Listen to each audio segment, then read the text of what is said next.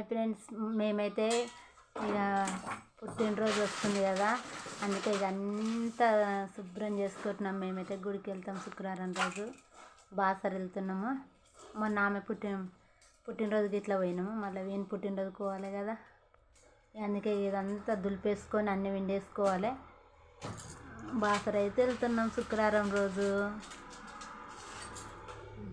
అందుకే ఇల్లంతా శుభ్రం చేసేస్తున్నాము.